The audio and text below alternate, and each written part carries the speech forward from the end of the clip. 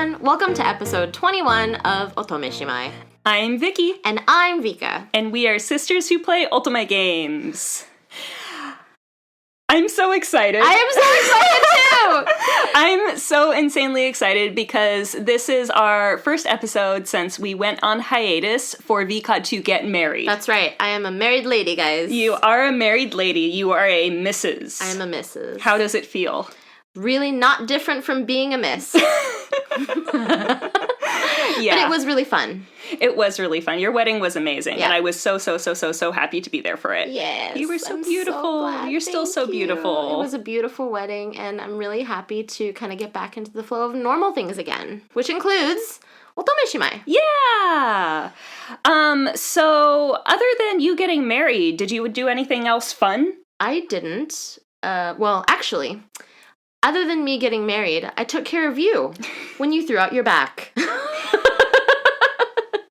I'm really sad that you count that as a fun thing. It is my duty as the older sister, but that's okay. Yeah. But yeah, I did throw out my back. I'm doing okay now, and I did manage to do at least a little bit of dancing at your wedding. It was mostly me standing there swaying back and forth. Yeah, but it was great. Everything, I can't wait for the photos to come back. Yeah, me too. So today, we're doing our second installation of our mini-series, Reviews in Twos. So we're going to be reviewing Otome games that we played together by discussing them in 2 episodes. This first episode, which is this one, will be a spoiler-free overview of our opinions, and then the second, not this one, next one, episode 22, will be more of a reaction episode with heavy spoilers. So if you haven't played the game before, and I should probably tell you which game we're talking about, you'll want to listen to this episode and not the next one. Our Reviews in Twos this time is focused on Piofiore Faded Memories. Piofiore. Piofiore. Yes. Is that how you say it? No, I say it Pipifiore, but I will introduce it as Piofiore for those people who are not ridiculous like me. You are definitely ridiculous. Yes. Piofiore Faded Memories or Piofiore no Bancho. Mm-hmm. But before we get into that, Vika, who are you doing this week? Who are you doing this week? Maybe that's it! Did you get it? Who are you doing this week? Okay, I'm gonna have to put some music to that and see if we can make it a thing. Okay. For me, I am doing not a who, but I guess I've been playing a lot of Tears of Themis. At the time of recording, what's happening is there's the Symphony of the Night event in the game, so I think it's a little more mystery than we're used to for Tears of Themis. And hopefully by the time this episode airs... Oh, I'm sorry, my cat... So hopefully by the time this episode airs, I will have solved the mystery and figured out what happened and got the cards that I wanted, because I still haven't gotten them all. I've only gotten 2 that I want. But, yeah, that's what I'm doing. What about you? So I am doing Raoul from Cupid Parasite. Kupipara! Yeah, Kupipara. So I'm doing this in Japanese. I started playing Cupid Parasite before the localization came out because I'm very slow at playing these games.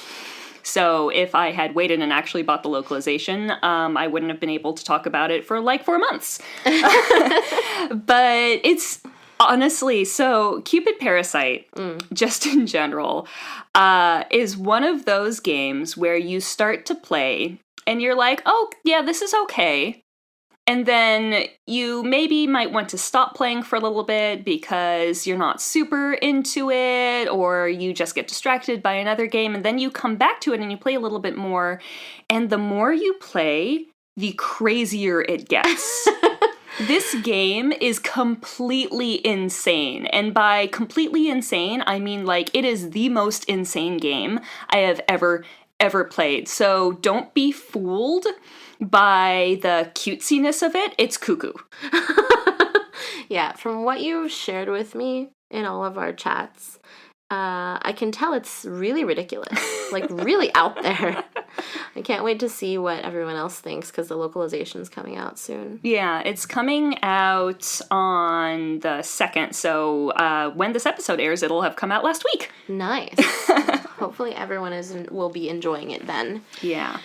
Should we get on to today's main topic? I think we should get on to today's main topic, Piofiore Faded Memories. Piofiore! So, the first thing we're going to do is we're going to talk about the general plot, a general summary of Piofiore. What is this game? Okay, I love the fact that this game is not set in Japan.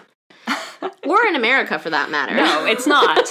This actually is something that makes this game quite unique, because I feel like a lot of Ultimate games, if they're not set in Japan, then they're typically set in like some sort of fantasy world, or potentially America, or like a pseudo-America. This game is not. This game is set in Italy, but specifically 1920s Italy. Yeah, like Italy, like post-World War I, and right when like the fascists were really coming into power, and so it's a really interesting setting. Yeah, it really is. Like, oddly historical for a game that's not historical. But the general summary of Piofiore is that our MC, Liliana Adornato, is a 21-year-old orphan living in a church in 1920s Italy, and then... Mafia! Suddenly mafia. Suddenly mafia. Yep. And then problems. And then romance. Or murder. Or both. And then the end. Yes. That's basically the game.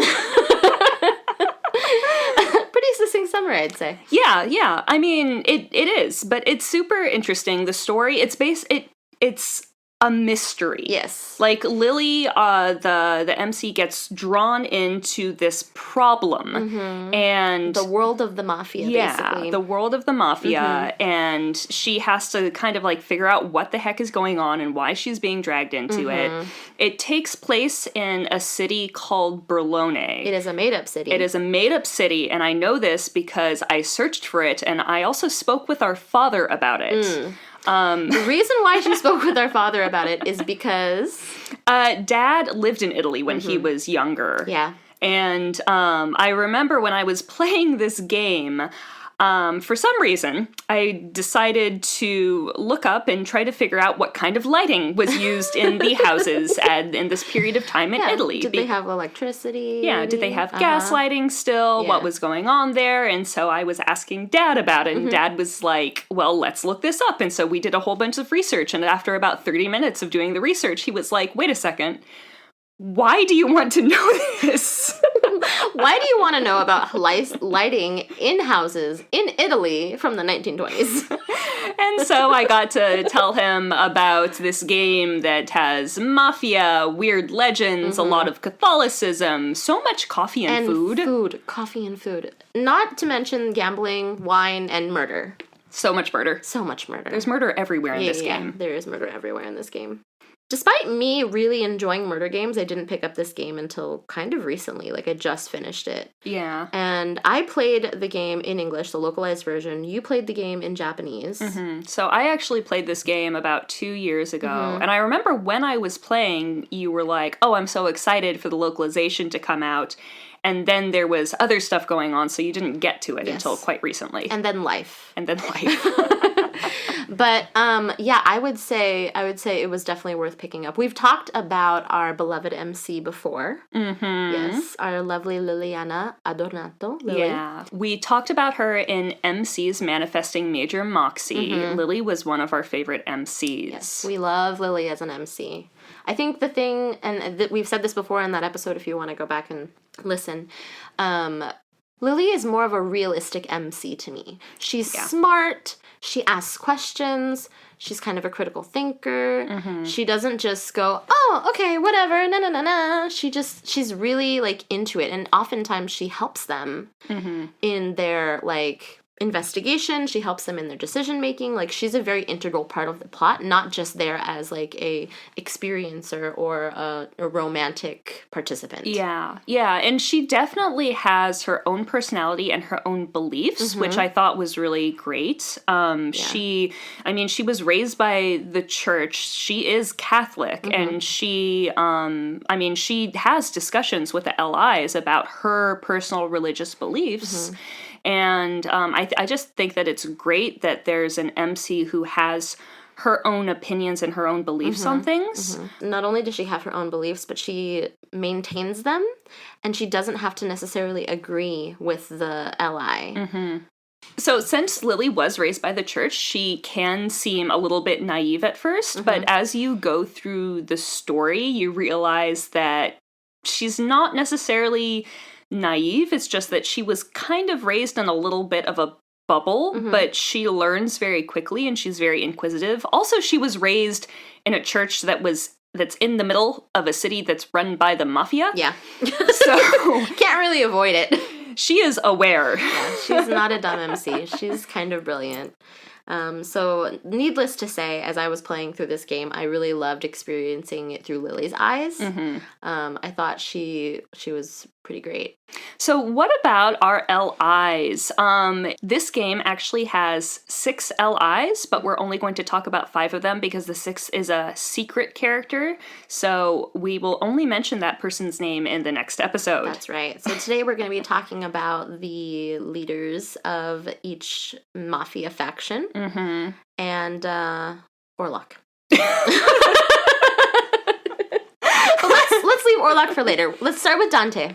Dante Falzone, Yes. the young head of the Falzone family. He's the capo. And the Falzone family is the main mafia family in Berlone. They've been there for hundreds of years. Yeah. They were originally the only mafia family. And Dante is quite young. His father died. I think he was like 18 when he ended up becoming the capo. Right. And was kind of thrown into that situation. This poor guy. Yeah. I really like Dante as a character. He seems super grumpy on the outside, but he's actually just super awkward. Yeah, he is. He's awkward and he's shy, and so he doesn't know how to interact with people. I think he does a really good job of trying to portray that, like, epitome of a mafia boss on the outside, so that he can show, like, hey, I'm the capo, I'm in power, like, I'm the leader here. But inside, you know that he just loves sweet things and sugar in his lattes. Yeah, he's like a secret cinnamon roll. I mean, okay, so you have to understand, every single LI in this game is a murderer. That's right. Every single LI in this game is a criminal. They are all bad. Yeah. Like, there is no innocent person in this game except for Lily. Like, the only person in all of this who has not done, like, horrible things that would get them thrown in jail is Lily. In fact, some of the LIs get thrown in jail. Yes, but we'll talk about that in the next episode. Yeah. Anyways, back to Dante really quickly. He's a secret cinnamon roll. He is. He's grumpy, but he's actually quite sweet once you get to know him. Yeah. And he doesn't want to do the murdering things, but he has to in order to protect the family. And I think he really takes his job seriously. He does. Absolutely. Yeah. Absolutely. He takes his job seriously, and he cares about the family. He cares about making sure that Berlone is safe and doing what he needs to do as the boss of the Falzone. I think he's great. Yeah.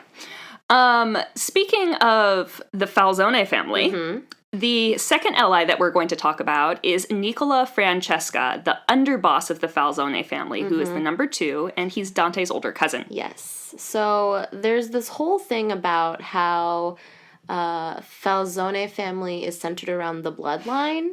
And Dante, even though he's younger, is the capo because of their bloodline. Yeah, so the former capo was his father, and only Falzone blood can run the Falzone family. Exactly. So that's why Nicola is the underboss, because he's not technically a Falzone. His last name is Francesca.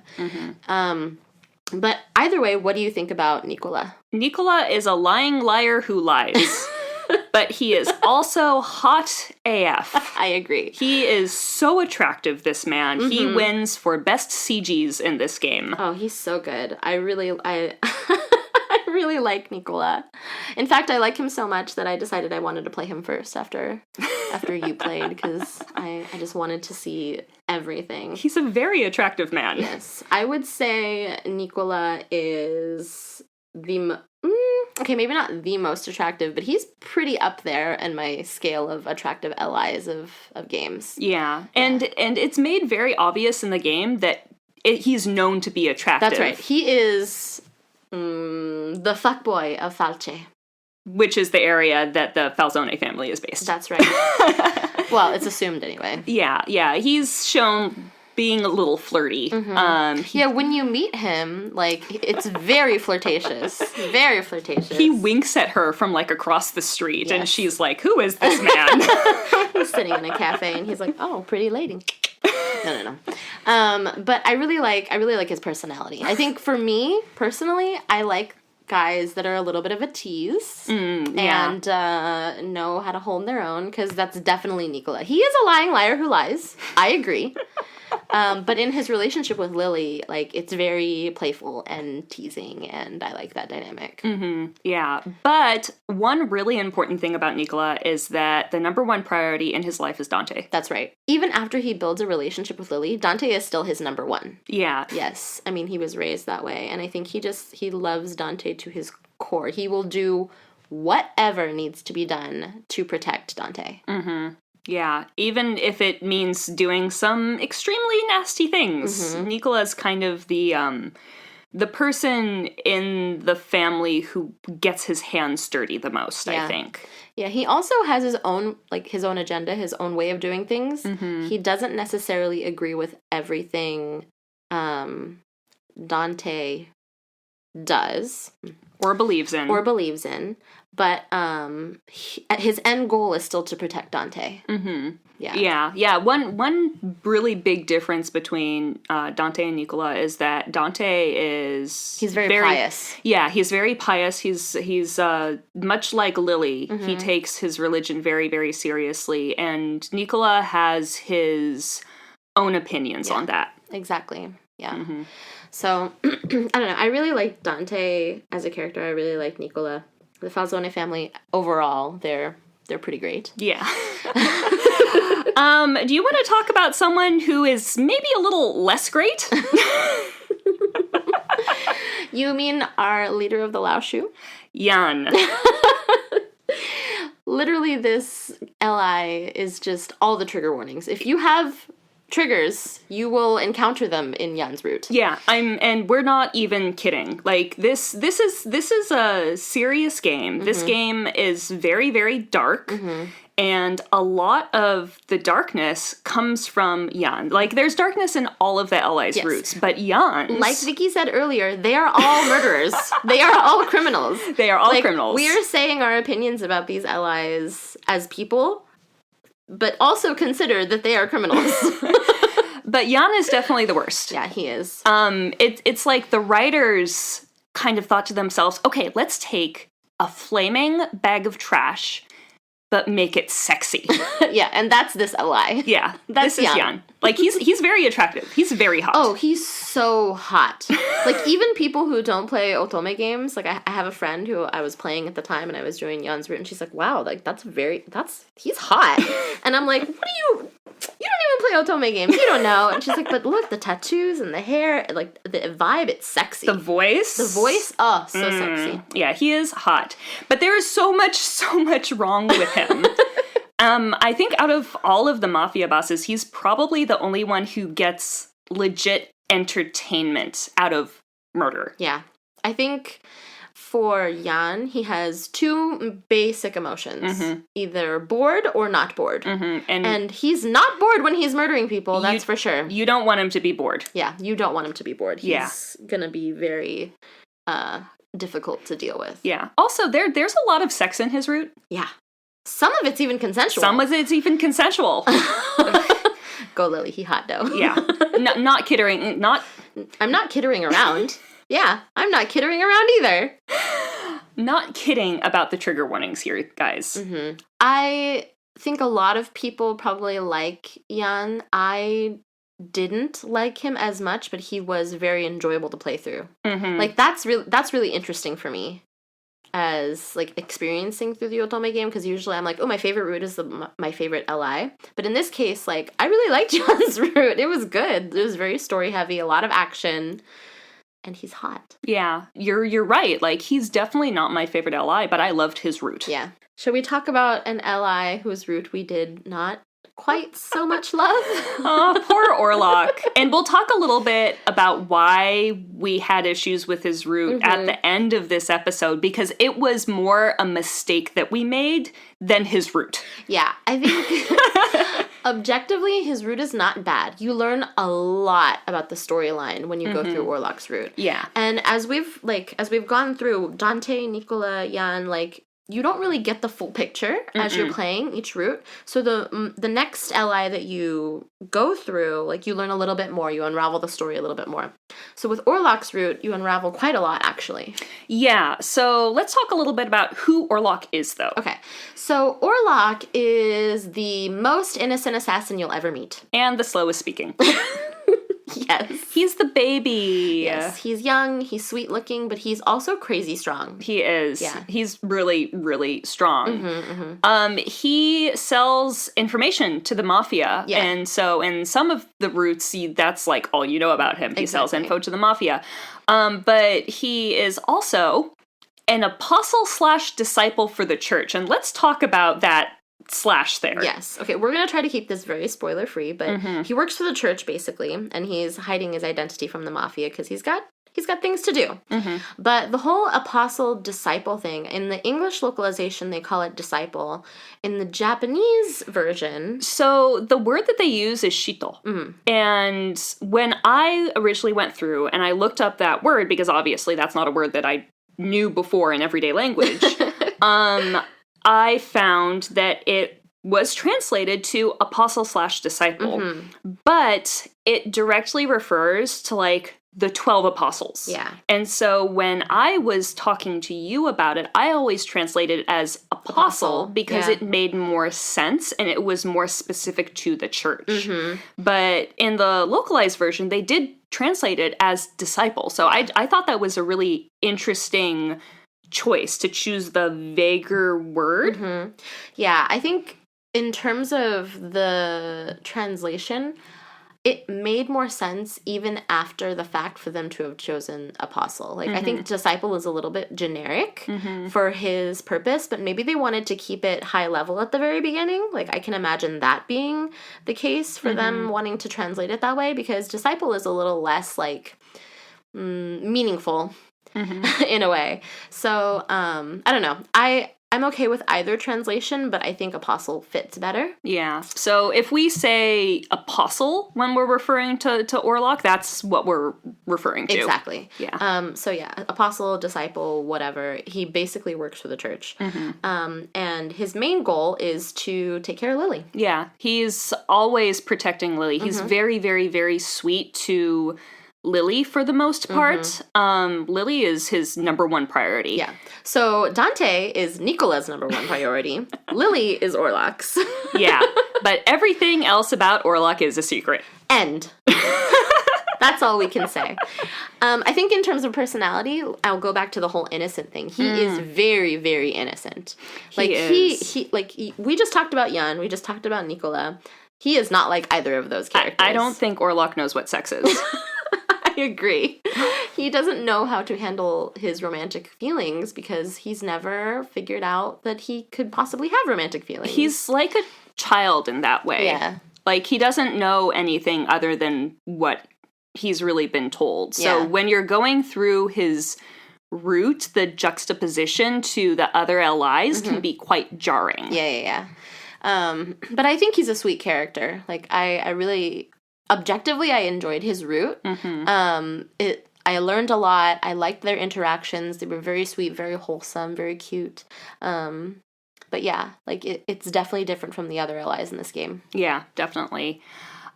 So let's go on to the last ally we're going to talk about. Okay, the last ally is Gilbert Redford. Gil. The most perfect. The most wonderful. Okay, but before we start talking about sorry. Gilbert Redford is the boss of the Visconti family. And the Visconti family is interesting because they used to be part of the Falzone family. Yeah, so the whole bloodline thing that we were talking about earlier is the cause of this offshoot. And Gilbert Redford is not a Falzone. He's not part of the Falzone family. So they are an offshoot. They have become the Visconti family. They are in a different area of Berlone. And he's actually not, well, he's part Italian. He's half Italian, half American, right? Yeah, he was born in Chicago. And we totally forgot to mention that Jan's Chinese. We did totally forget to mention that Jan's Chinese. Should we talk about Yan again? Let's backtrack a little bit. I'm not even gonna edit this in the past. Let's just go back to talking about Yan a little bit. Just really quickly. So Nicola and Dante are both homegrown Italians. Yeah. Yan is the leader of the Lao Shu, and the Lao Shu actually came from China. Their home base is China.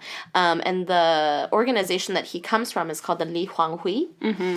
And that is based in China. So a lot of the operations that he does in Bologna is like staking out this whole criminal organization with ties to the homeland. Mm-hmm. So there's a lot of talks about getting information from the homeland, getting stuff from the homeland. There's a lot of like overlap there between China and Italy. Mm-hmm. Yeah, definitely. So yeah, okay. Now that we've covered who Yan is and why the heck he's in Italy, yeah, let's go back to Gilbert. Okay. So Gilbert's half American, half Italian. Mm-hmm. I think his mother was Italian. His father was from Chicago. Yeah, and he was born in Chicago, and he lived in Chicago until he was like 7 or 8, and then ended up moving back to Italy with his mom and joining the Visconti family and really rising up the ranks really quickly. Yeah. So that's how he became the boss. Mm-hmm. He is the number one guy in the Visconti family. Yes. Yeah. And instead of capo, they call him boss. That's right. He is the boss. He is boss. And he is boss. He's definitely boss. He is excitable and wonderful, and he loves guns. He is the type of man who will bring a cannon to a gunfight. There is hard evidence for that in this game. There is hard evidence. Despite his love of guns and violence, he is still a wonderful man. Yes. Yeah. He is basically perfect, minus having a bad left eye and not being able to wear his jacket properly. Okay, so I love the way he looks, personally. I love the eye patch. You just like men with eye patches. Yeah, well, I mean, I'm not going to shame for a disability. I think he's gorgeous regardless of whether or not he can see out of his left eye. Also, the way he wears his jacket, it's very suave. Like one arm off, one arm on. And yeah, he's very suave. He's very flirty. But I think a big difference between his flirty and Nicola's flirty is that Gil's flirty is very sincere. Yeah, it does seem much more genuine. Yeah. With Nicola, you know that there's like this teasing, there's something behind his intentions. It's subterfuge. Yeah, it totally is subterfuge, you're right. He flirts as a distraction, and Gil flirts because he's just saying what he thinks. Mm-hmm. Yeah, I really like that. It does feel more genuine with him, the interactions with him. He also loves to spoil Lily. He does. I'm not usually one who loves gifts in relationships, but when he started buying her, like, dresses and jewelry, I was like, oh my god, I love this guy. Also, every CG, she's wearing a different outfit. Yeah, and here's the thing, because I don't normally like people or characters like this, because a lot of the times it seems like, oh, well, they're trying to like buy her affection. Yeah, buy her affections, but Gil isn't. Gil is just doing it because he wants to, and he doesn't expect a damn thing back from Lily. Yeah, I really like that about Gil. Yeah, he really cares about her opinion and her comfort level, which is not something that a lot of people do in this game. They don't really ask Lily's opinion. And well, I think they do ask Lily's opinion in terms of the context of what's going on in the plot. Like, that does happen quite a bit. But, I don't know, I think he genuinely cares about her feelings and her thoughts outside of the circumstances, outside of the context of what's going on in the storyline. Like, he really genuinely cares about their relationship. Yeah. So, yeah, we're a little biased. We're a lot biased. We love Gil. We love Gil a lot. And at least with his route, you have to play Gil's route last. Yeah. Like, you don't have an option of doing Gil earlier on, because his route is kind of the closest to the true route. So you learn, like, everything that you know about this game, like, you will find out in Gil's route, basically. Yeah, exactly. Yeah. So, our overall non-spoilery thoughts. For me, it's 10 out of 10 would play it again. Piofiore no Bancho is in my top 5 Ultimate games. It's got an amazing story. Yep, and our MC we love her so much. She's so relatable. Yeah, the LIs are all really, really interesting, even if you don't like them necessarily as, like, a romantic partner. They're going to be interesting to you. And murder. I mean, I love games with murder. I can't, what's not to love there? What's not to love? Yeah. The writers did a really amazing job of creating 1920s Italian life. Mm-hmm. It seemed really authentic.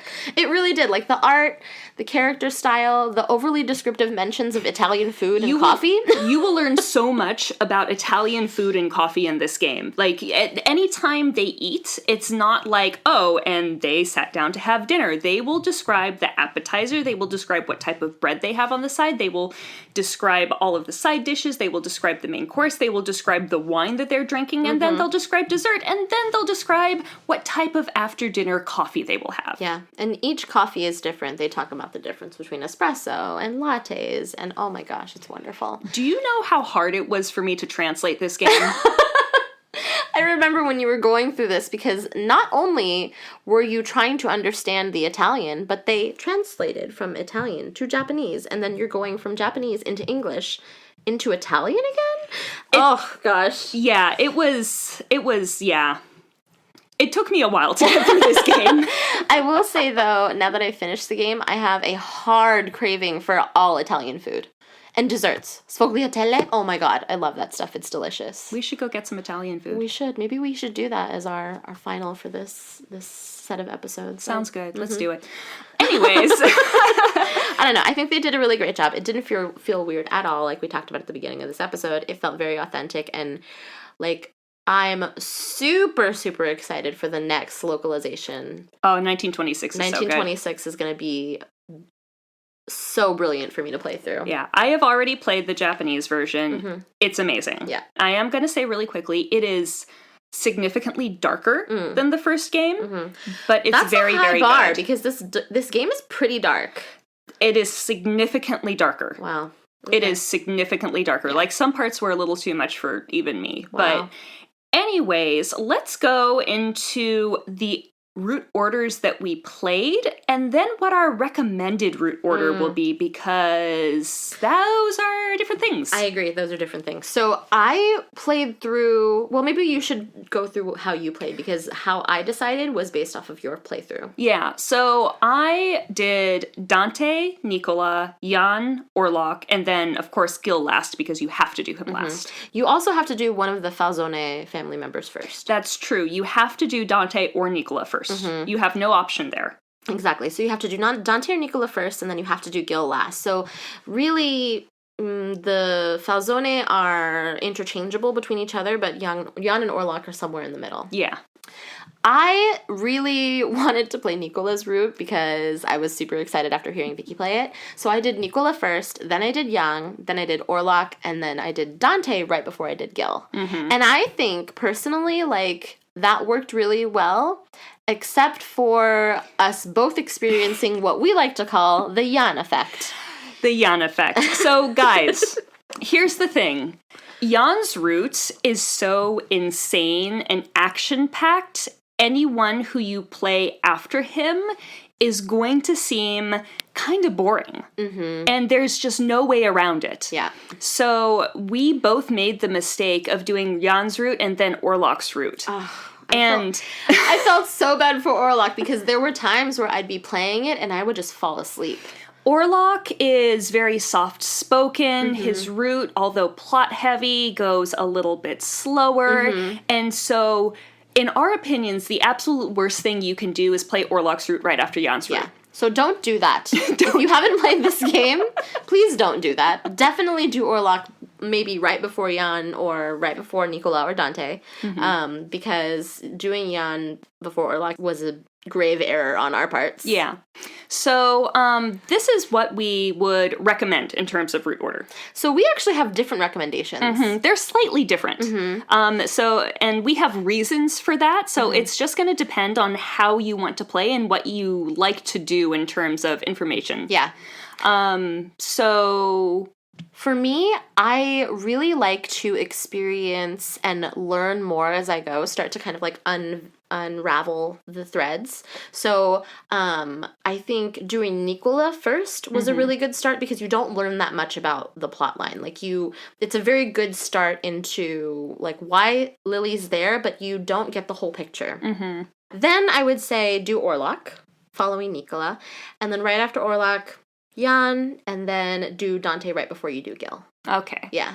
And see, what I like is I like to make sure that I get a good base of information so that I'm not really confused as I go through other things. So I was actually really happy that I did Dante's first because Dante's route reveals a decent amount of information about one of the underlying issues, and there are multiple underlying issues in this game. Some of them you find out in Dante's route, and some of them you find out in Gil's route. You find out little bits and pieces in everyone else's routes as well, but I was really glad to have gotten the information from Dante's route that I did before going on to everyone else's. So my recommendation would actually be switching Nicola and Dante from your recommendation. Yeah. I would go Dante, Orlok, Jan, Nicola, and Gil. But another reason why I would do that is because Nicola's route does have enough twists and turns that I don't think it would make you fall asleep after Jan's. No. Nicola's route was very, very interesting still. I just prefer to have a kind of like eye-opening story progression. So I think having Dante and Gil next to each other made it a little bit cleaner for me to pull everything apart. Yeah. Because with Nicola, like it is very exciting, but you don't learn as much as you do with Dante's route. Exactly. So, if you like to play through the game like me, where it's pretty, like you learn more as you go along and you don't need necessarily to have that base understanding at the very beginning, then I would say definitely do Nicola first and then do Dante before Gil. Yeah. But if you're like Vicky, definitely do Dante first. Yeah, exactly. So, now that we've got the recommended route order out of the way, we would like to play a little game with you guys. Hey, I think you guys know what game this is going to be. What game is it? This is called Bone, Marry, Yeet Off a Cliff! So, last night, we were driving. We were sitting on the freeway, driving. Well, Vika was driving. I wasn't driving. I don't drive anywhere. We also couldn't be driving together at the same time. That's not how cars work. Shh.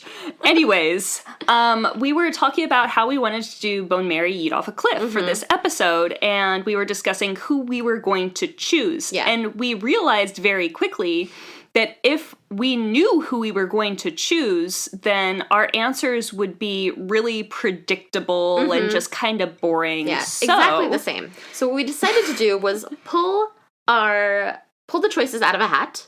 Or in this case, an Ikemen Sengoku mug with Yukimura's face on it. So if you hear any, like, mixing around, it's the little papers inside of our mug. And then I'm going to let Vicky pull. Okay, so I'm going to be pulling 3 names out, and we have to choose Bone, Marry, Yeet Off a Cliff. All right, who's our first choice? Our first is Nicola. Okay, nice. Who's next?